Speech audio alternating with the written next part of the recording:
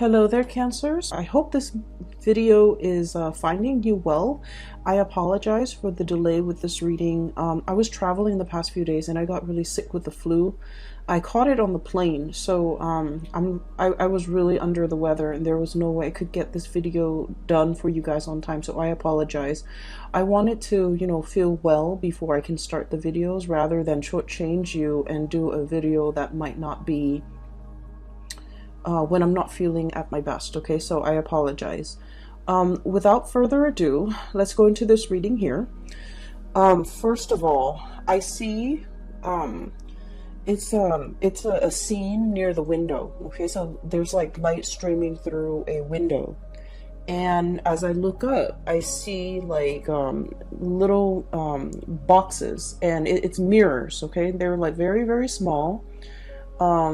There are like 10, 15 of them, or a lot of them.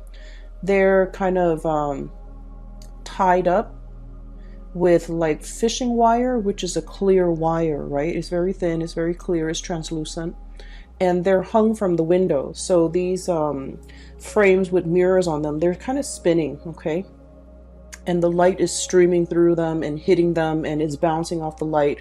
So I see a lot of just reflections, a lot of reflections, a lot of mirroring energies, and a lot of just bouncing back and forth, like deflecting, bouncing, as well as the mirror spinning. So it's just, that's what the message I was getting is, there's a lot of reflection, there's a lot of contemplation, there's a lot of mirroring energy. And as most of you are aware, anytime we are dealing with another person, the communication, the interaction, it's a two-way street. And so if we're approaching somebody and they seem very standoffish, they seem really just, they seem as if they don't want to interact with us, we're going to get defensive, we're going to recoil, and we're going to kind of like mirror that energy back to them, right? And because you guys are a water sign, you guys are deeply, very sensitive. You're very sensitive. You also pick up nonverbal cues really well, okay? Water signs are so adept at that. And so you sense people's energies, you sense people's attitudes, their tone, the words they use, everything comes out as if you're able to read their true intention. And so I feel like there is a significant relationship in your life, and this is somebody that you're dealing with, interacting with on a regular basis, and you have a strong emotional connection with. And I feel like the way in which the two of you are dealing with each other, I see almost like this dance with the mirrors. Okay, I'll reflect back whatever I'm getting back. So it's like you're not approaching each other with your true, authentic self. You're mirroring exactly whatever they give you, and they likewise. They're mirroring whatever you give them. I feel that you're not able to show your true colors or your true intentions because you're deeply sensitive. You don't want to get hurt. You don't want to feel rejected. You don't want to say something and have the other person shoot down your ideas, shoot down your plans because, you're sensitive. But I feel that the person that you're dealing with, kind of like that sun streaming through the window, it's vibrant, it's fiery, it's passionate. And this is somebody who's very verbose, who's very opinionated, who's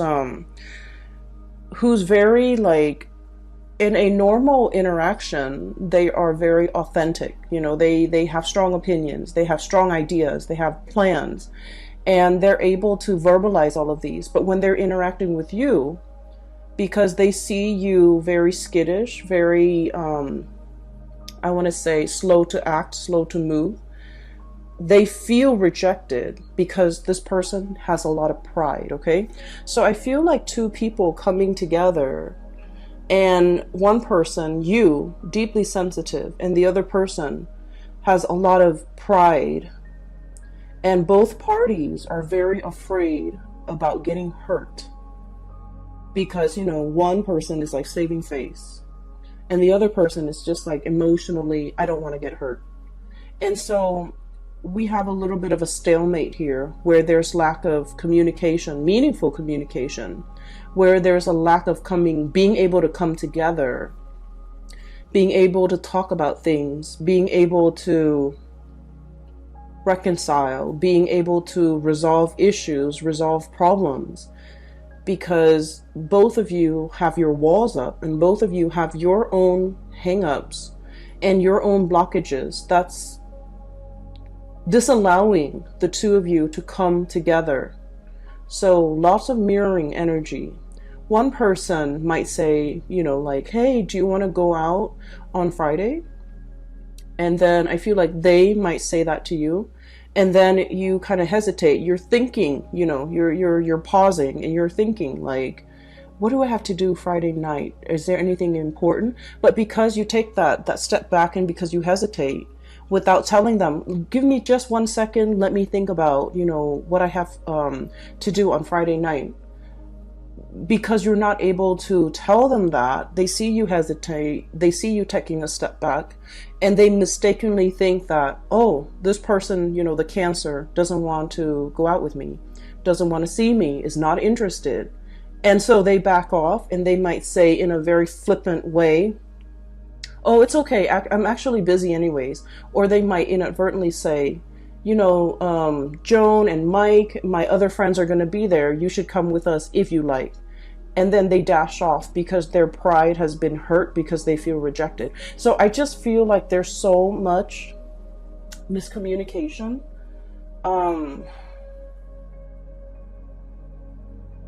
And we need to be very aware. And, you know, this is not on you because like the energy is mirroring, right?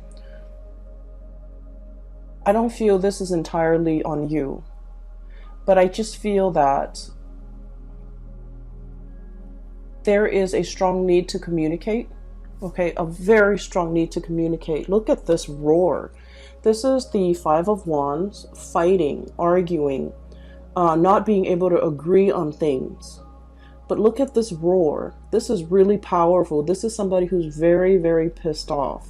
This is somebody who has so much to say, and yet when you look at this card, you feel the frustration, right? You feel the anger. You feel the need to communicate, and yet we're looking at it and we don't hear any noise, right? So this is what I mean. I just feel like there's so much that needs to be hashed out. There's so much that needs to be said. And look at this. One person is screaming and the other person is recoiling. The other one is conflict avoidant. The other one is like, you're being uncouth. You're being too melodramatic. You're being so like one person has so much they want to say and the other person, I feel, is being dismissive. And so this spread is ripe with miscommunication, misunderstanding, not being able to put ourselves in another person's shoes. That's what it feels like to me. They with you or you with them. And whenever I see that happen, whenever I see a situation or the energies that where one person is not able to understand where the other person's coming from, and one person is, you know, accusatory, like, oh, that person's so melodramatic, that person is such a drama queen, that person like blows things out of proportion, that person is you know, too impulsive, whatever it is, like these accusations. Every time we do that, I feel as if the other person, you know, whenever anger or really strong emotions come out, it's rarely just about one thing, right? It's a series of things, of life experiences, a culmination of all the things that could go wrong. And it's kind of like, you know, on that day, it's the perfect storm condition happens and then that person just blows up. So it's just rarely one major factor, one major event. It's a series of things that contributed to this outpouring of really strong emotions. And we can't be dismissive. We have to, begin the process of learning to put ourselves in somebody else's shoes, little by little, day by day, to be able to understand how a series of events have shaped the person that they are, and what we can do in order, given their penchants for possibly blowing up, being very emotionally explosive, or being melodramatic, whatever we want to call it. Those are symptoms of something deeper, right? I'm not asking you to be a psychiatrist. I'm not asking you to be anybody's therapist. I am asking you, as from what I see here, is to listen to what's really bothering the other person without projecting, okay? Leaving our preconceived notions at the door when we're dealing with this situation, so that we can really hear what the other person is trying to say to us. And I mentioned before, you guys are deeply sensitive. You guys are very deeply sensitive. And you pick up a lot of nonverbal cues that other signs miss, because you're very observant. You understand human behavior. You understand things really well in a very intuitive, automatic way. But when you're dealing with this person, I feel like, you have your mind made up about them. They are a certain way. And so conversation is at a standstill, because in your mind, they are this way, and nothing they can do will ever change that. And so you don't want to listen, or you tune out, or you dash out the door. You don't want to, it seems to me like it's dismissive. Okay, and once again, it's a mirroring energy. So they could be doing the same thing to you. And so one of the things that we can do to kind of de-escalate this tension as we progress through, January, we have here the Hangman.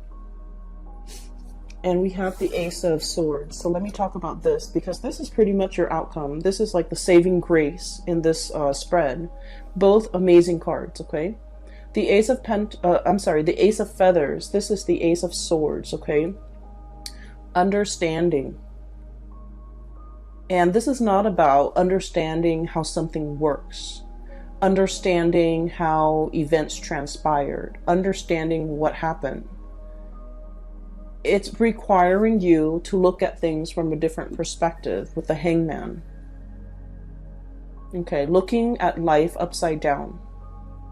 So, one of the things that I was taught about my job, which my main job, was a lot of the times we are very quick, when someone gives us a piece of information, we're very quick about tearing it apart, dissecting it, and proving it wrong, right? The way our mind works. And in using the scientific method, we want to test theories, test hypotheses, and we want to, given a fact, we think of all the ways in which it could be false. But the work that I'm doing right now is the opposite of that, because given a piece of information, we think about all the ways in which it could be true. So we operate under the assumption that it could be true. And then we ask questions around it to either debunk it or to prove its truth. And so I feel like there's a lot to be said here about a situation where you understand it, you understand how it works, you understand what it encapsulates, you understand what it's about. But it's really forcing you to look at things from a different perspective. And really questioning, do you know all there is to know about the situation? Is there something that you're overlooking?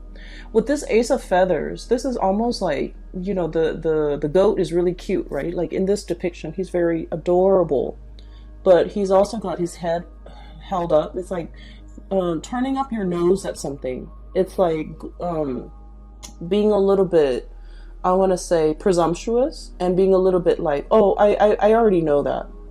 So it's really asking you, Is there something that you might possibly overlook? Is there something about this situation that you're not 100% aware of? Is there some missing information that could potentially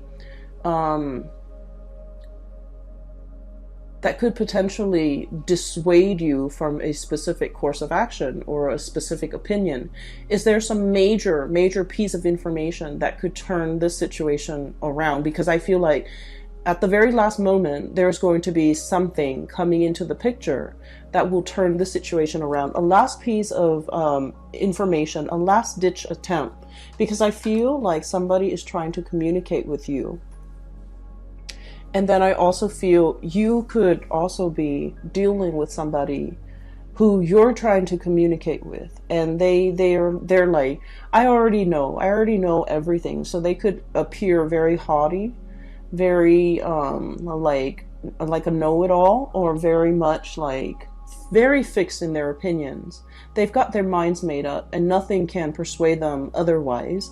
And I feel like at the very last minute, it's like a very last ditch attempt to turn a situation around. Okay? It brings about clarity. It slashes through all these assumptions and presumptions we have about the situation or the person. And then I also feel like it's going to throw a wrench in the works, because it's taking into account a factor, a piece of information that you have not thought about prior. And because of that, it turns the situation around. Okay, I do feel it's for the better. I don't feel that you have to worry about that. There is another message or another image there was another image that came through when I was shuffling. So let me talk about it really fast, because I feel like it's echoing the same theme, but maybe it might apply for some of you. I see this baby. He's a little boy. He's a toddler, like really young toddler. So, you know, he's at an age where he can crawl around and can make noises and stuff, right? So like probably around 2 or 3. He's sitting on a couch, and it zooms into him sitting on a couch, and he's so adorable. And I'm kind of seeing his profile. He's looking this way, okay? He's on the couch, and mom and dad are kind of walking past him, walking back and forth, possibly packing, maybe moving, renovating the house. Either way, they're very busy. They're walking back and forth. And he's looking at all this activity around the house. He's looking at mom and dad pacing back and forth. And he's confused. You know, he's just like, why does it feel so tense in here? Why does it feel so busy? Why do they both seem so worried? So keep in mind, his whole world revolves around his mom and dad, okay? So babies are designed in such a way that, you know, they recognize their caretakers. They recognize the person that will feed them, the person that will tuck them into bed, the person that will protect them from harm. So, you know, it's an evolutionary development where in utero, they recognize their mother's voice, their father's voice, if the father's in the picture. And they recognize, you know, for sheer survival instincts, they recognize faces of the people that will take care of them. And so he's looking at the faces of his parents, and I don't see their faces. I just see them kind of like walking back and forth near him. And they seem worried, they seem distressed, and he's just like, he feels anxious, but he's a baby, he doesn't know why. And then he's kind of scared a little bit. He feels uncomfortable, he feels scared, so he reaches his arms up. And when babies do that, it means they want comfort. They want to be held. They want to be close to you. They want to either soothe themselves or even sometimes soothe you. And mom and dad is just walking back and forth. They're too busy and wrapped up in their own things, and they don't notice that he's crying for attention. So he does that, and then he gets ignored, and then he, you know, starts making noise with his mouth, and he gets ignored, and then he starts crying. But I don't hear any noise. I don't hear any sound. I don't hear the sound of the child crying. I just saw this scene where there's a situation that where somebody is like reaching out, trying to contact, trying to communicate, they might not have the vocabulary in which to communicate with you. And so the scene cuts out. So I feel as if it's asking you, you know, is there somebody in your life that you're not giving enough attention to? And, you know, God forbid, I don't think it's like a toddler, but I feel like it's somebody who is not able to communicate, who might not have the vocabulary, who might not have the linguistic skills, who might not be mentally aware of their needs and their wants. They just know that they feel uncomfortable. They just know that they want to break the silence. They just want attention. They just want you to focus on them. And you're very busy going about your day. And this is where I feel like, you know, you feel like the other person might be a little bit melodramatic, but I feel like you're dealing with someone who's very deeply intuitive and very deeply sensitive as well. The way in which they project it is they're very proud. Okay, so when they want something and it's shut down, then they recoil and they never ask again. Okay, so that's what I'm sensing. I feel for many of you, there's a situation here. It's like a love relationship. It could be family as well, but I feel more so love relationship with a significant other, where one person might want to be, you know, intimate, and the other person's very busy. And then the person that wants to be intimate asks, like, hey, you know, let's spend the night together. And the other person's like, I'm busy. So just imagine if someone is like coming to you with their all, with their hearts on their sleeves, wanting to have, you know, like making themselves very vulnerable, wanting to be intimate with you in like a very vulnerable way, emotionally, physically, and just giving you their full being, and you're telling them, oh, I'm busy. And you don't follow up with more explanations. You don't follow up with like a hug. You don't follow up with like a promise. Oh, we'll do this next time, you know? It's very hurtful. So I feel like somebody might be dealing with this, and then it happens time and time again. And it's hurtful. And you know, you become callous. You stop asking. You stop wanting to be intimate.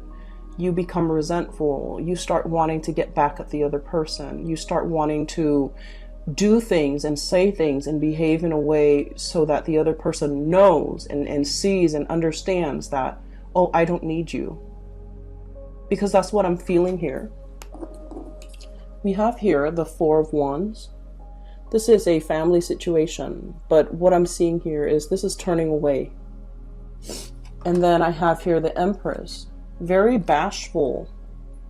You know, bunnies are very skittish. Okay, they're very shy innately, and very warm and cuddly. But in this situation, it's like you come at somebody with your all, and without an explanation, it feels like somebody's rejecting another person.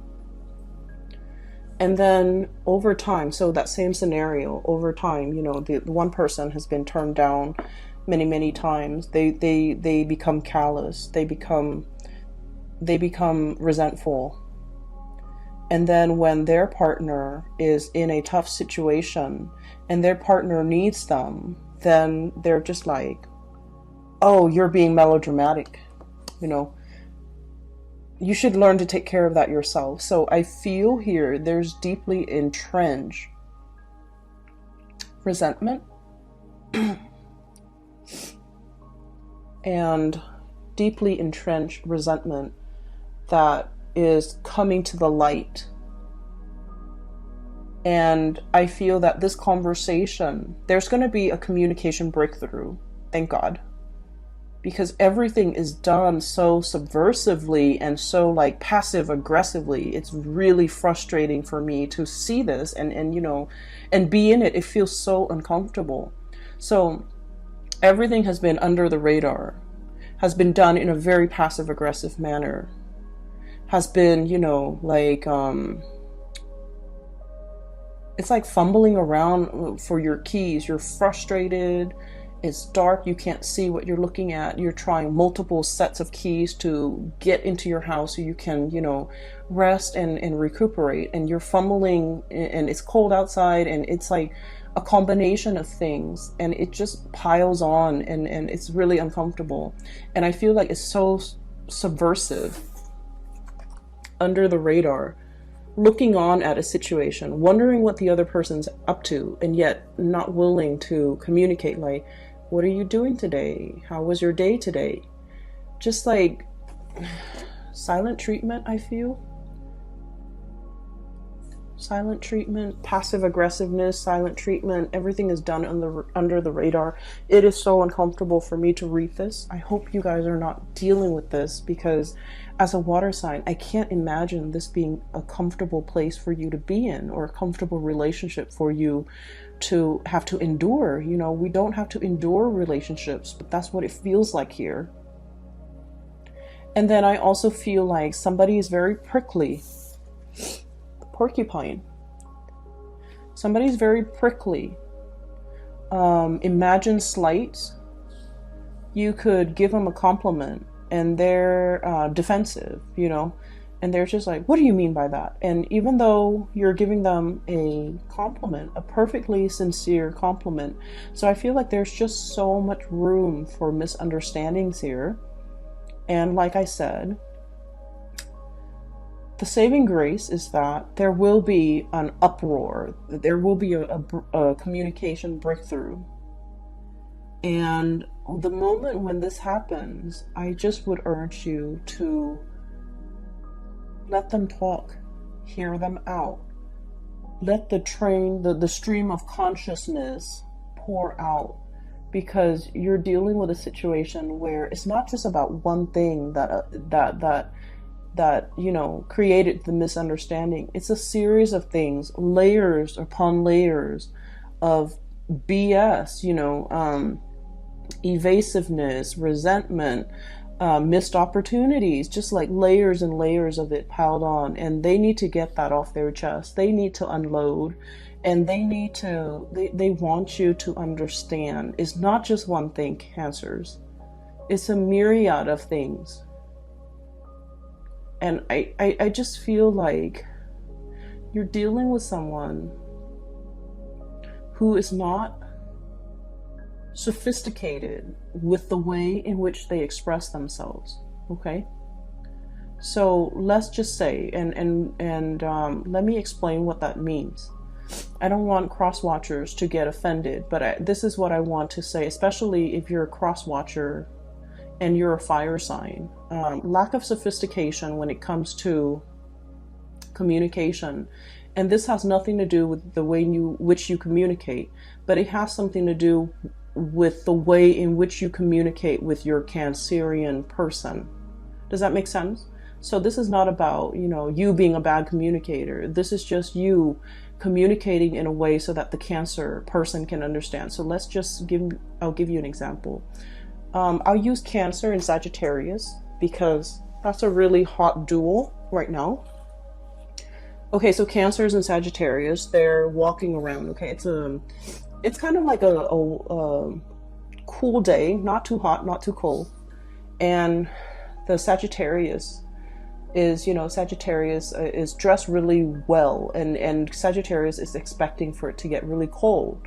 So Sagittarius wore her winter boots and her winter coat, walking around with Cancers. Cancers, you know, of course, checks the weather and knows that it's not going to be too hot. So Cancers is dressed appropriately, sneakers, a light jacket, and, you know, is feeling really comfortable. And then Sagittarius is walking around, getting a little bit hot, getting a little bit like warm under the collar, and they're realizing that their boots is not appropriate, and they're realizing that it's hurting their feet, and they're realizing that their wool socks is burning up. And so they're getting frustrated, and everything is just, it seems like because of their own physical discomfort, everything that day just becomes bad. Okay, they could go to like the nicest restaurant, and then Sagittarius is just frustrated and it's like, I don't like the food. I feel hot. I feel tired. My feet are uncomfortable. And so you feel like the Sagittarius person is very melodramatic, and the Sagittarius person doesn't want to ruin the fun, doesn't want to say let's go home, doesn't want to say like, it's like there are so many things. The Sagittarius person might not know what is really bothering them. And what is really bothering them could be as simple as, my shoes are too hot, my socks are too hot, I'm not dressed appropriately, I'm wearing this big coat and I just want to throw away this big coat so I can be comfortable. But the Sagittarius might not know how to verbalize all these things, all of these factors that are affecting their emotional state. And so when they are upset, they just lash out, like they're frustrated and they're angry, and they're picking at the things that's right in front of them rather than getting to the root of the problem. Okay? And so I feel like, this lack of sophistication when it comes to being able to know exactly what's bothering us, what is the root of the problem. And like I said, in their defense, it's like it's a lattice, like a lattice on a pie. Layers upon layers of things over the years, just piling on. And, I feel like one person is not able to forget all of the slights, all of the hurts, all of the rejection, all of the times in which the other person made us feel this little. And they hold on to that resentment. And so I do urge you to be patient with whoever it is that you're dealing with. And if you are a cross watcher, I do urge you to be very patient with your Cancerian person, because I feel like there's a very important conversation that needs to be had. Temperance, we have patience. Things are not always black and white, okay? Layers upon layers. Okay, things are not always just clear cut. Some people don't see things in black and white. Some people are just like, let's make allowances for gray areas. Let's, in the real world, things are rarely neatly compartmentalized in their equivalent parts like this. So this is sort of like, give and take. I say one thing, you say another. We both try to hear each other's side of the story, and being patient as well. The stripes on the zebra helps it blend into its environment. Okay, so it's like being able to blend in, but also being able to put ourselves in another person's shoes. Okay, so I feel like this is what's coming through for you guys. And I have here no pentacles suit, so no news is good news on the financial front. And I feel like finances is going to be the least of your concern, because you have a very important conversation that needs to be had with another person. And I do hope that you get it resolved. I do hope that the two of you can, at least in this moment in time, see eye to eye, understand one another, and approach this conversation with a lot of understanding, a lot of intention to try to understand, a lot of compassion. Okay? And I pray that if you're dealing with this in a cross watcher, that they are also approaching this with a lot of compassion. But I do feel somebody's really pissed off. Okay. Very prickly, very defensive, and 5 of acorns. Melodramatic, okay? And just like they want to be heard so badly. And so, give them the time of day if you're dealing with them. Okay? I know it's easier said than done, because I feel like this is a long-standing conflict. and it's deeply entrenched and it's uncomfortable. But, you know, I had a situation where I had a major confrontation, and what I did ahead of time was to pray that both sides could reach an agreement that is favorable. And I kept that in mind during the confrontation, and at the end, everything worked out. You have to set the intention that both sides can, see the light, both sides can sympathize, and then both sides can come together with a lot of compassion during this conversation. And I feel like everything will work out, the best outcome for all, okay? The intention has to be set without expectations. So it's not about, I want to win this argument, or I want them to see how much they've made me suffer. It's not about that. It's about, doing what's best for both parties and approaching a situation with compassion from both sides. I will leave it at that for you, Cancer. I hope the February reading brings you a lot more closure and a lot more peace. I apologize if this sounds negative. It's what I'm seeing, so I have to relay what I see. Once again, I apologize for the delay with this reading. I wish you all the best, okay? Take care of yourself, and I hope that everything clears up so we can start, the new year with new energies, okay? Take care.